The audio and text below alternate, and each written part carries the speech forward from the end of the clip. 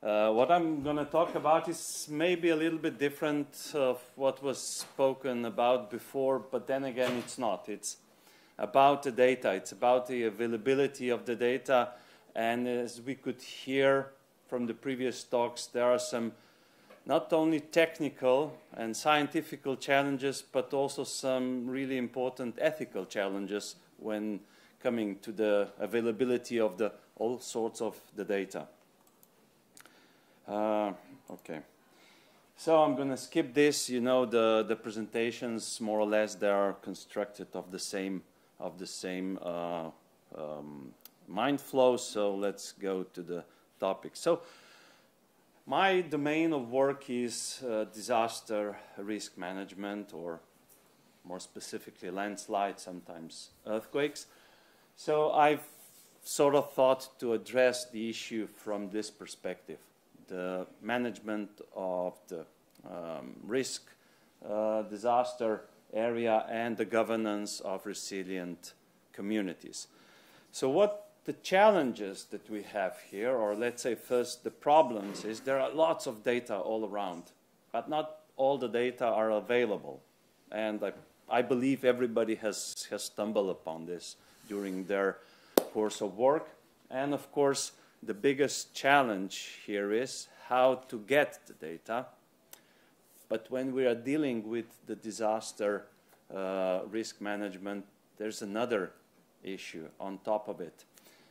To effectively manage the disasters or the risk related to disaster, we sometimes need to tap into the data that is legally not available, at least from last year, because we are addressing personal information or data on personal issues regarding people. For example, who lives in a building, or how old these people are, or where they are at the current moment.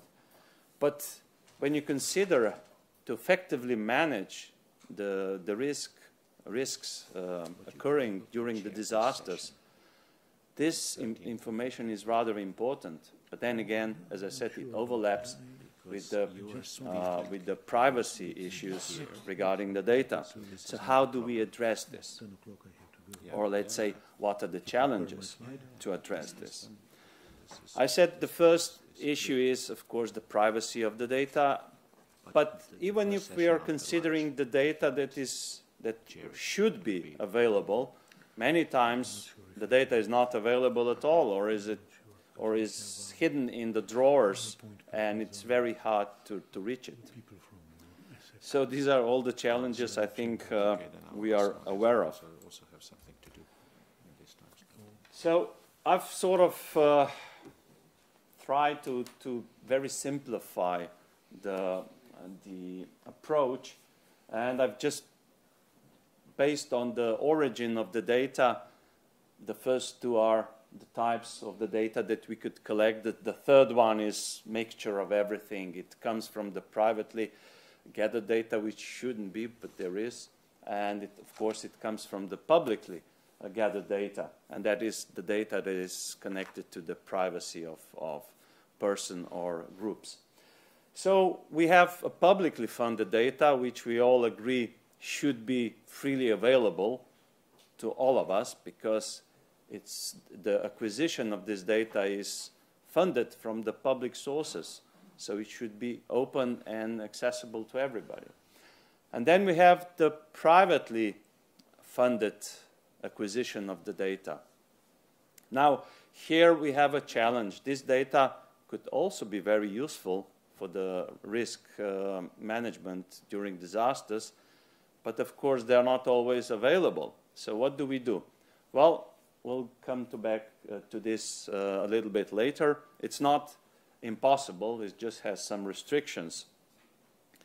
And of course, we also have to consider that sometimes reaching the higher goals, which is saving human lives, and that's all what the management of risks during disasters is, sometimes it has to overcome those narrow-minded, forgive the expression, but narrow-minded thoughts of data availability.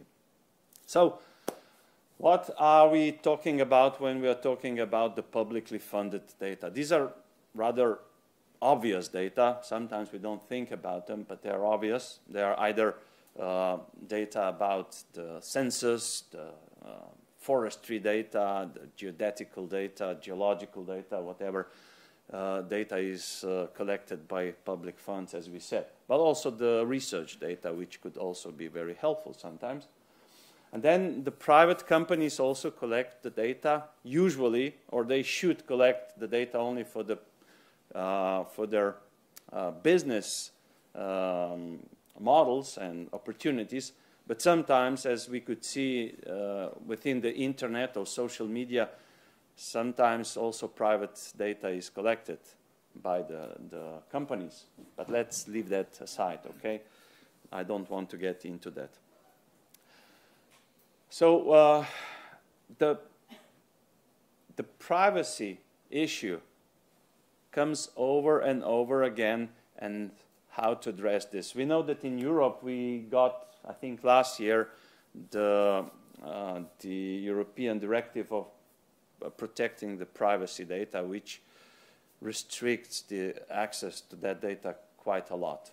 But then again, I think, to my opinion, probably some of you would agree that when dealing with saving lives, this data should be open. Of course, under strict regulations and strict review of how that data is used and not to be misused after it's reached its goals. When we talk about the benefits, of course, the first benefit is the optimize the management of the risk during the disasters and to build up the resilience of the community. That's the ultimate goal. But if we go down into a bit structured benefits, we see there are multiple benefits in different areas. Some of those areas directly integrate into the risk disasters. Some are indirectly connected, but mainly all of them are. So what we have is the first benefit of open data is, of course, the economic growth. The open data stimulates the economy. It creates new ideas. It creates new ventures, new models, new approaches. Anyhow, nowadays it basically drives the economy, not the material one, but at least the virtual one. Then we have the social welfare. Of course, here we could find direct linkage to the risk disaster management, because the larger public always benefits of the usage of the open data, especially during the disasters. Research and innovation is one of the pillars how to correctly address and approach the disasters, the risk management during the disasters. So it's very important to stimulate the innovation, to stimulate the research in this particular domain, which is the topic of my talk. Then the education. Education is linked on one hand to the research and innovation, but on the other hand, it's also linked to raising the awareness among the people that could be exposed to risks during the disasters, and also to knowledge, to transfer knowledge to those communities that could, from the grassroots, help to confront the risks in a more efficient way. And at the end, again, we have the governance, which is directly linked to the risk disaster management, because usually the public authorities, the governors, is responsible for addressing the issues related to the disasters. So if we come shortly to the end, the ultimate goal, of course, of the disaster risk management and the governance of resilient communities is saving lives, is preserving the environment, not only the natural, mainly the anthropogenic, because the natural environment has been dealing with disasters for millions of years, and it doesn't really mind to a certain extent. And of course, to contribute to the welfare by reducing those risks. But now we stumble into a spatially challenged, or the challenges within the 3D, as I've sort of put them together, as we could see here. Yep. We have to properly manage the all three. Maybe there are even more dimensions. I'm sure there are. I just haven't included them or thought about them. But we have to fully be able to manage properly within those three dimensions through the benefits, to the scales, and to the availability of the data.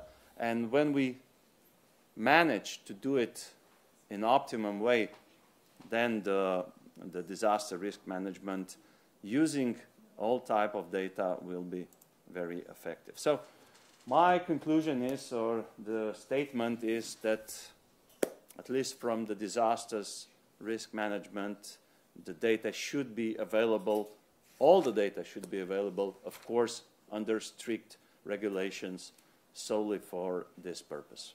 Thank you.